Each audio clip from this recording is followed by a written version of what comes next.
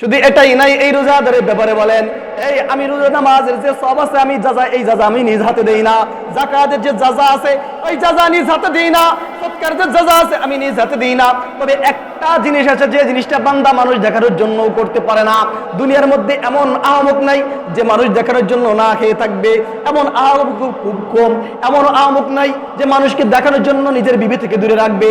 এই রোজাটা এমন রোজা একমাত্র যারা আল্লাহর প্রিয় বান্দা তারাই রাখতে পারে, আর তারাই আল্লাহর পেয়ারা হয়ে যায়।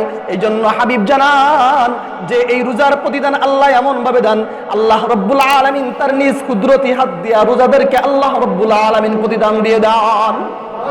শুধু এটাই না, রোজাদার যখন রোজা রাখিয়া বলে এক একটা রোজার বিনিময়ে আল্লাহ রাব্বুল আলামিন তার জিন্দেগীর গুনাহগাতাগুলোকে মাফ করে দেন। শুধু গুনাহগাতাগুলোকে মাফ করে না, আল্লাহ বলেন বান্দারে আমি এমন ভাবে গুনাহগাতাগুলোকে মাফ করে দিই, বান্দার গুনাহগুলো তো মাফই করলাম শেষ না, গুনাহগুলো মাফ করেই শেষ না, ওই গুনাহগুলোকে আমি আল্লাহ নেকি দ্বারা পরিপূর্ণ করে দিই। ছোট কি বলেন?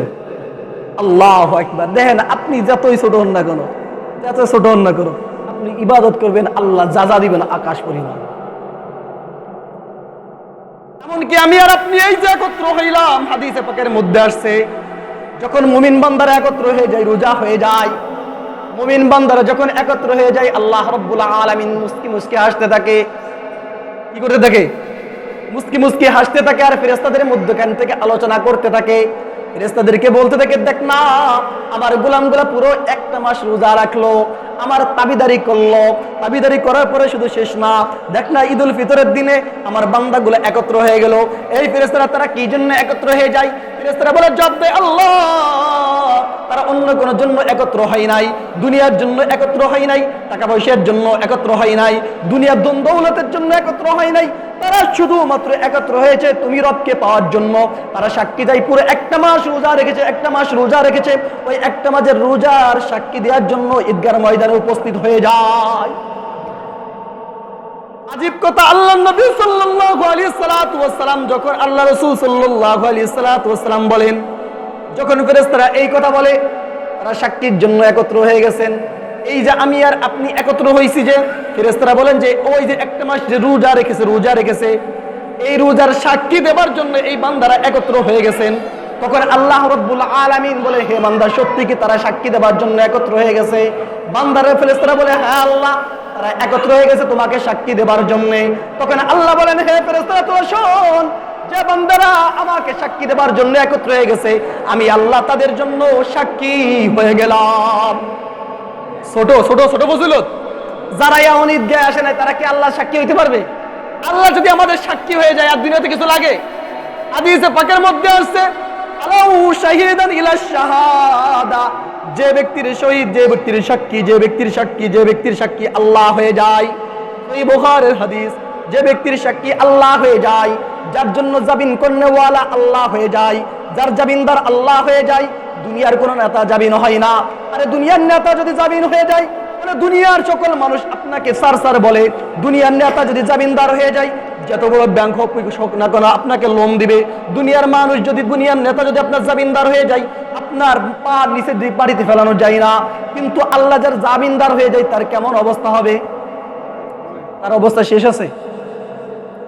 আল্লাহ রাসূল সাল্লাল্লাহু আলাইহি সাল্লাম বলেন যার জামিনদার স্বয়ং আল্লাহ হয়ে যায়, কিয়ামতের ময়দানে সে দাঁড়াইবে না। কিয়ামতের ময়দানে উঠবে আর আল্লাহ বলবেন হে আমার গোলাম, হে আমার ফেরেশতা, দেখোস না ওই গোলামের সাক্ষী আমি হয়ে গেছি, আমি আল্লাহ জামিনদার হয়ে গেছি। ওরে কি জন্য এই কিয়ামতের ময়দানে কি জন্য আরশে আজিমের মধ্যে রাখছোস? ওর তো আরশে আজিমের মধ্যে থাকবে না, ওর তো কিয়ামতের ময়দানে দাঁড়ার কোনো অবস্থা নাই, ও তো মিজানের পাল্লাও যাইতে পারবে না, ওর তো ফুলসিরাত নাই। যা আমি আল্লাহ যার জামিনদার হয়ে গেলাম, যা তাকে জান্নাতের মধ্যে ঢুকাইয়া দে। এই জন্য জামিনদার হয়েছেন কে? যারা উপস্থিত হয়েছে তাদের জামিনদার হয়েছেন কে? এই জন্য আল্লাহ জামিনদার হতে লস আছে নাকি? মিয়া এই সামান্য 10 টাকার ক্ষমতা পাইয়া কয়দিন বাহাদুরি, যে আপনি বাহাদুরি করবেন 10 দিনের বাহাদুরিও না। এই বাহাদুরি তো কিছুই বাবা কিছুই না। এই জন্য মহতরম হাজিরিন, আমি আর আপনি সকলে একত্র হয়েছি আল্লাহকে জামিনদার বানানোর জন্য। আল্লাহ রাব্বুল আলামিন তার জামিনদার বানায় দেন। মহতরম হাজিরিন, এই জন্য রোজার যে যাজা, এই জাযা দিবেন কে? তবে দুঃখের পরিতাপের বিষয় ওই ব্যক্তির জন্য না। আল্লাহর নবী সাল্লাল্লাহু আলাইহি সাল্লামের একটা হাদিস শুনে যান। আল্লাহর নবী সাল্লাল্লাহু আলাইহি সাল্লাম বলেন, যে মানুষটা পুরো মাস ইবাদত করলো না, রোজাও রাখলো না, কিয়ামুল লাইলও করলো না, এমন মানুষ আছে না নাই? পুরো একটা মাস গেছে, একটা মাসের মধ্যে একজনের ইবাদত করে একজনের নামাজ পড়ে নাই, এমন মানুষ আছে না নাই? আপনাদের ঠেঙ্গা মারাতে এমন 10 জন ব্যক্তি আমি দেখাইতে পারবো, 10 জন না, সরি, কমপক্ষে 5 জন ব্যক্তি আমি দেখাইতে পারবো, যাদেরকে আমি নজরে রেখেছি পুরো রমজান মাসে আল্লাহর কসম একটা রোজাও রাখে নাই, এক ওয়াক্ত নামাজও পড়ে নাই, একটু খাবার লোভে যদি আসতে তারপরে একটা কথা ছিল, তাও আসে না।